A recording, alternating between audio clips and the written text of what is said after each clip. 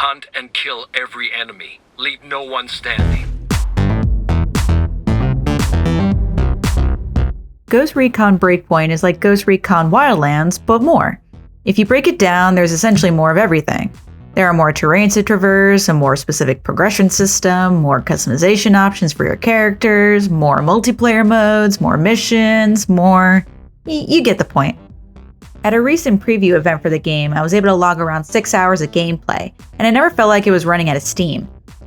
I could help run main story missions with my team, but I could also take side quests from civilians, help out the rebels, do what's called faction missions, which change up every day, or I could die over and over again in 4v4 co-op battles in Ghost War, something that actually ships with the game this time instead of getting added as a patch.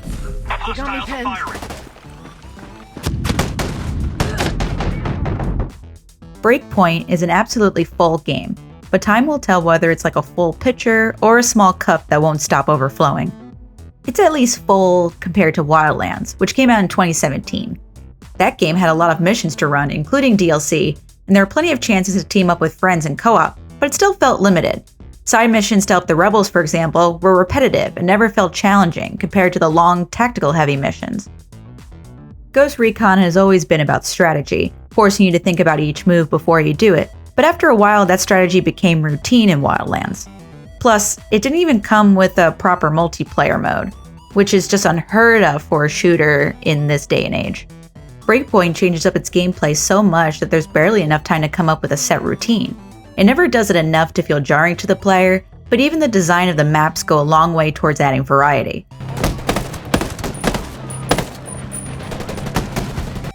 One of the game's highlights is its terrain, which changes up your movement in new ways.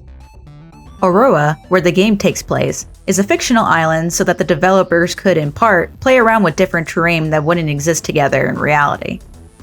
There are cliffs that you can use to scout out areas, but also different environments like slopes and weather that affect how fast you can move and how quickly your stamina runs out.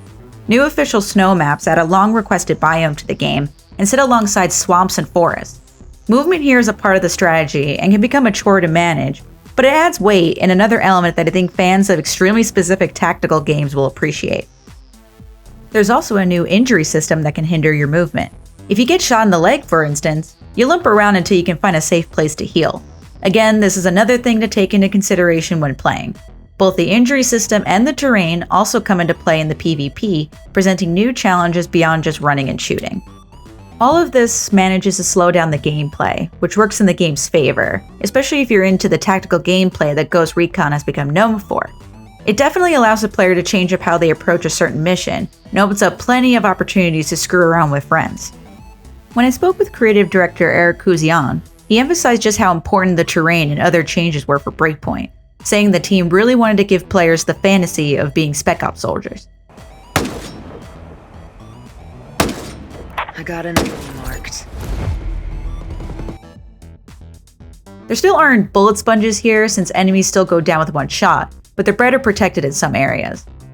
The Wolves, which are the main enemy led by Colonel Cole D. Walker, aka John Barenthal, are covered in armor and are much tougher to take down than a typical enemy.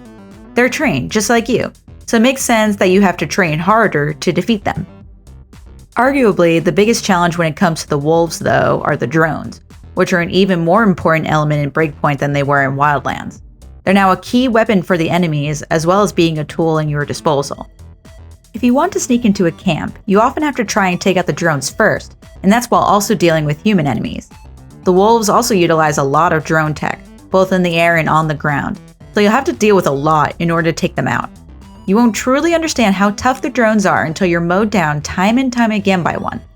But they do present a new obstacle for returning players, and it feels good when you finally beat a mission. There will be a lot to help you out on missions, especially when you keep running into trouble. Whether you're out in the main camp or in the field, you can set up a bivouac, where you can heal up, eat, or drink for extra buffs. You can also craft. Yes, crafting is a thing here. This makes Breakpoint not only a tactical shooter, but a survival game too. It never gets in the way of the missions, and conversating with your team on whether to set up one or not is part of the strategy. There's also the new progression system, which allows you to build XP across all modes. So if you hop from PvE into PvP, you won't lose out on an opportunity to build up skills. The skill tree itself is spread out among 4 classes, including a new medic class, and while you can switch your class if you want, it helps you to understand which skills you need for your most comfortable playstyle. However, what I think separates Breakpoint from Wildlands, minus all the stuff I've already mentioned, is the fun factor, and this is super important. There are more elements to play around with, especially with costumes. Once our team decided to go to plaid, we never went back. We looked so cool. See, there's so much to do here, so even if you're not a tactician, you'll find something to do.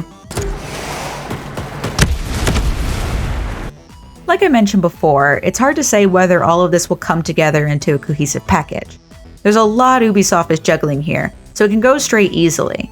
We'll see though when Ghost Recon Breakpoint hits PC, Xbox One, and PlayStation 4 on October 4th, 2019.